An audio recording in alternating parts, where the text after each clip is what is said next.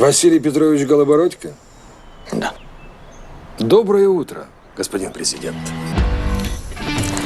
Уважаемые журналисты, я прошу прощения, я не готов к этой пресс-конференции. नमस्कार मित्रांनो, आपले स्वागत आहे आपल्या हक्काच्या चॅनलवर द डेली पल्सवर. मी सचिन सनवे. मित्रांनो, युक्रेनच्या राष्ट्रपतीने ट्रम्प यांना कसे हडकवले व कसा मीडिया समोरच विद्रोह केला ते आपण सर्व सोशल मीडियावर बघतच आहोत. जेव्हा राजकीय कठपुतल्या आपल्यालाच नाचवणाऱ्याच्या विरोधात आपल्या व आपल्या देशाच्या हितासाठी विद्रोह करतात, तेव्हा हे असे चित्र निर्माण होताना दिसते. याचा आपल्या भारताशी कसा सरळ सरळ संबंध येतो त्यावर पण आपण बोलणारच आहोत. पण सर्वात आधी आपण पार्श्वभूमी समजून घेणे गरजेचे आहे. युक्रेन पूर्वी सोव्हिएत संघाचा भाग होता.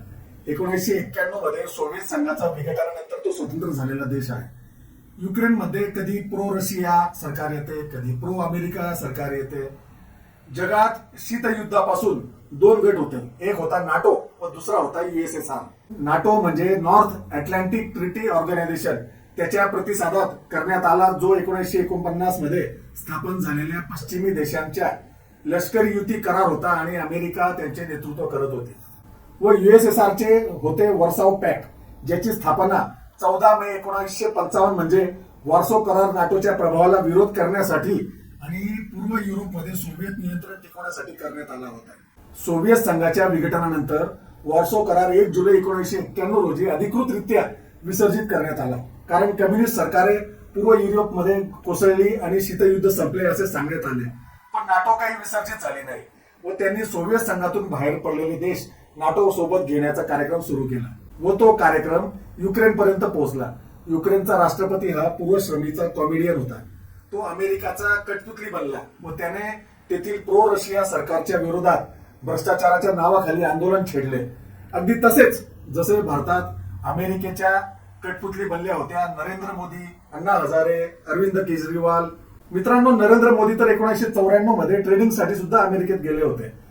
हे मी माझ्या मागील व्हिडिओमध्ये संपूर्ण दाखवलेले आहे. आता विषय हा आहे की ज्या अमेरिकाने झेलेन्स्कीला आपले बाहुले बनवून युक्रेनमध्ये सत्ता पालटसाठी उभे केले, त्याचा वापर केला, आपले स्वतःचे हित जोपासले, ते सार्वजनिक मंचावर त्याची आबरू कशी काढू शकतात? जर झेलेन्स्की मध्ये आपल्या स्वतःबद्दल व आपल्या देशाच्या स्वायत्ततेबद्दल सन्मान जागृत झाला ते अभिनंदनीयच आहे. अमेरिकेने नाटोला पुढे करून युक्रेन व झेलेन्स्कीला युद्धभूमीवर आणले, कारण त्यांना रशियाला धडा शिकवायचा होता. आता अजून याची एक पार्श्वभूमी तुम्हाला सांगावी लागेल की 2016 मध्ये जेव्हा ट्रम्प पहिल्यांदा निवडून आले, तेच मुळात रशियाचे पुतीन यांचे कठपुतली म्हणून निवडून आले होते. त्यांचे प्रमाण अमेरिकेत सिद्ध सुद्धा झाले होते व संशोधनात दिसून आले होते की कोट्यावधी अमेरिकन नागरिकांनी निवडणुकीपूर्वी रशियनद्वारे दिशाभूल करणाऱ्या पोस्टवर विश्वास ठेवत आपले मत हिलरी क्लिंटन यांच्या विरोधात मतदान केले होते. 2019च्या म्युलर अहवालात आणि अमेरिकन सेनेट इंटेलिजन्स कमिटीने स्पष्ट केले की रशियाने ट्रम्प यांच्या विजयासाठी निवडणुकीत हस्तक्षेप केला होता. आता 2024 मध्ये पुन्हा तसेच झाले. ट्रम्प, पुतीन व रशियाचे कठपुतली आहेत व ते सोबत एक बिल्डर पण आहेत. त्यांची नजर युक्रेन मधील खनिज संपत्तीवर आहे. त्यामुळे ते रशियाची बाजू घेत युक्रेनला अर्ध्या रस्त्यावरच सोडत आहेत. त्यामुळे झेलेन्स्कीने जे केले त्याचे समर्थन संपूर्ण युरोप व अमेरिकेतील ट्रम्प विरोधी करत आहेत. आता हा झाला विषय झेलेन्स्की व युक्रेनचा. आता आपण येऊ भारताकडे, कारण आपल्यासाठी ते जास्त महत्वाचे आहे. अमेरिकन इंटेलिजन्सची एक पद्धत आहे की ते ज्या ज्या देशात सत्तांतरण घडवत आपले बाहुले बसवतात त्याची कागदपत्रे काही विशिष्ट कालावधीनंतर अनक्लासिफाईड करतात. त्यामुळे जगाला उशिरा कळते.